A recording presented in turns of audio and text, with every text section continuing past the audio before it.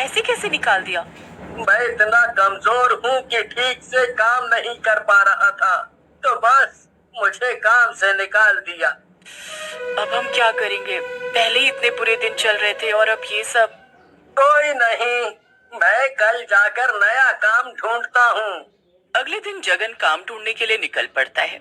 वो एक एक दुकान पर जाकर काम मांगता है, पर उसे कहीं काम नहीं मिलता। जगन बड़ा परेशान हो जाता है कि आखिर अब वो अपने घर का खर्चा कैसे चलाएगा। वो शाम को थक हार कर वापस घर लौट आता है। अब घर आकर उसकी पत्नी उससे फिर से पूछती है कि उसे कोई काम मिला। जब जगन उसे बताता है कि उसे कहीं कोई काम नहीं मिला, तो वो भी बड़ी परेशान हो जाती है। दोनों आपस में बात कर ही रहे होते हैं कि तभी सुशीला उसे बताती है कि पड़ोस के राजू का एक्सीडेंट हो गया है। दोनों उसी वक्त राजू के घर उसे देखने जाते हैं। अरे, ये एक्सीडेंट कैसे हो गया? अरे, मैं रिक्शा चला रहा था तो बस सामने से एक बाइक वाले ने टक्कर मार दी। मैं सीधा खंबे में जाकर टकराया और वहीं गिर पड़ा। पैर में फ्रैक्चर आया है और डॉक्टर ने बोला है 6 महीने तक आराम करो। ओह, ये तो बहुत बुरा हुआ। अब तुम क्या करोगे? अरे, मैं अकेला रहने वाला आदमी, मैं अपने गांव चला जाऊंगा। वहाँ अपनी जमीन है और सब हिसाब किताब बढ़िया है। अब मैं यहाँ वापस नहीं आऊंगा। अच्छा, तो ये तो अच्छी बात है। तुम वहाँ अपना ध्यान रखना। हाँ बिल्कुल, पर तुम एक बात बताओ, तुम्हें तुम्हारे मालिक ने नौकरी से निकाल दिया। मुझे अभी बता रही थी सुबह। हाँ भाई, क्या करूं समझ नहीं आ रहा। बहुत काम ढूंढा पर कहीं मिल ही नहीं रहा। तो एक काम करो ना भाई, मैं तो यहाँ से जा ही रहा हूँ, तो तुम मेरा रिक्शा रख लो। देखो आज थोड़ा टूट फूट गया है तो इसे ठीक करवा लेना। मेरे तो किसी काम का नहीं है। अरे, पर मेरे पास इसको खरीदने के लिए पैसे नहीं है। क्यों शर्मिंदा करते हो भाई? भाभी और तुमने हर मुश्किल में मेरा साथ दिया, बीमारी में खाना बना बना कर दिया। ये रिक्शा तुम रखो बस, और अब कुछ बोलना मत। हाँ। राजू अपना रिक्शा जगन को दे देता है। जगन बड़ा खुश हो जाता है और राजू का शुक्रिया करता है।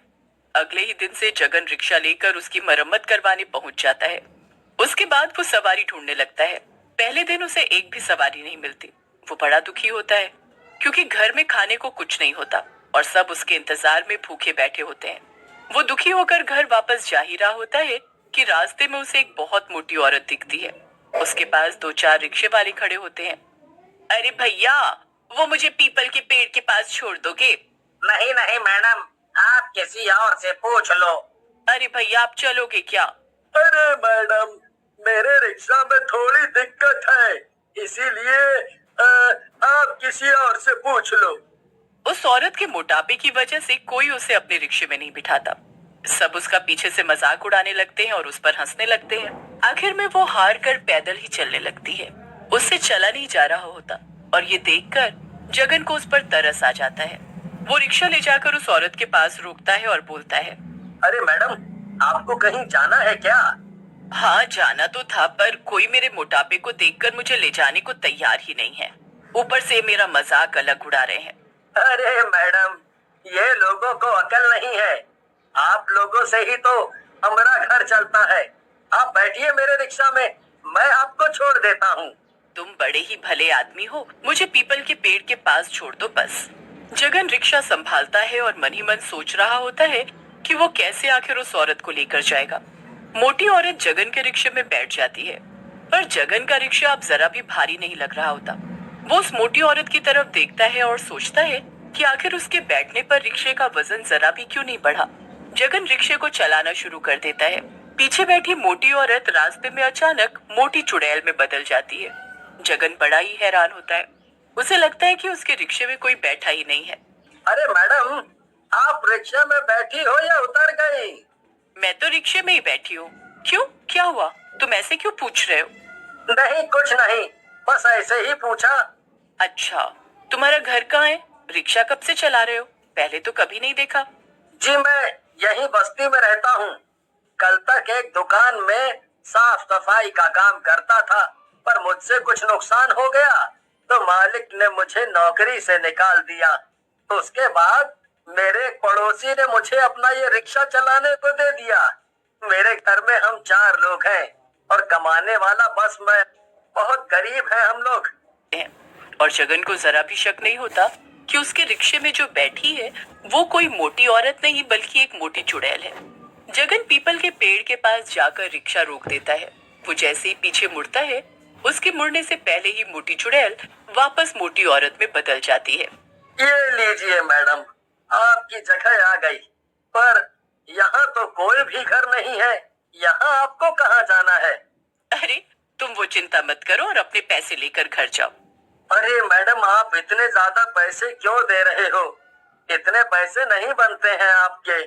अरे मुझे तुमने बिठाया वो कम है क्या? ये तुम रखो। और हाँ, मैं तुमको रोज इसी वक्त उसी जगह मिलूंगी तो तुम मुझे यहाँ तक रोज छोड़ दिया करना। ही नहीं है। और हाँ, जाते जाते वो मुझे इतने सारे पैसे दे गई। बोल रही थी कि रोज मुझे वो उसी जगह मिलेगी और रोज उसी पीपल के पेड़ के पास छोड़ना है। क्या बोलूं समझ ही नहीं आ रहा। बड़ी अजीब औरत है, पर जो भी है बड़ी भली औरत थी। अब अगले दिन जगन फिर से रिक्शा लेकर निकल पड़ता है कि तभी उसे फिर से वो मोटी औरत दिख जाती है। अरे रुको! ये तो कल वाली औरत है। जगन उस मोटी औरत को देखकर रिक्शा रोक लेता है। मैं कब से रिक्शा ढूंढ रही थी। अच्छा हुआ तुम मिल गए। चलो अब जल्दी से मुझे उसी पीपल के पेड़ के पास छोड़ दो। मोटी औरत जगन के रिक्शे में चढ़कर बैठ जाती है। इस बार भी जगन को रिक्शा बिल्कुल हल्का महसूस होता है। जगन रिक्शा चलाता रहता है और वो मोटी औरत पीछे बैठे हुए कब मोटी चुड़ैल में बदल जाती है उसे पता भी नहीं चलता। पूरे रास्ते वो जगन से बातें करते हुए अपने पीपल के पेड़ के पास पहुंच जाती है और उतरने से पहले अपना भेस बदल लेती है। जाते जाते वो फिर जगन को ढेर सारे पैसे देती है। अब रोज जगन के साथ ऐसा ही होने लगता है। वो मोटी चुड़ैल भेस बदल कर रोज उसे मिलती और रोज उसी पेड़ के पास जाती। एक रात जगन उस औरत को पेड़ के पास छोड़कर वापस आ रहा होता है तो देखता है कि उसके सामान की थैली गायब है। अरे मेरी थैली कहाँ गई? लगता है वो औरत जब उतरी थी तो वहीं गिर गई। मैं अभी वापस जाकर देखता हूँ। जगन जल्दी से वापस जाकर देखता है पर दूर से ही जो नजारा उसे देखने को मिलता है उसके तो हाथ पैर ही कांपने लगते हैं। ये मैं क्या देख रहा हूँ? क्या ये सच है या मेरा वहम? जगन जल्दी से अपना रिक्शा लेकर निकल जाता है। अजी क्या हुआ? ऐसे क्यों हाँफ रहे हो जैसे कहीं भूत देख लिया हो? भूत नहीं, चुड़ैल। ये क्या बोल रहे हो?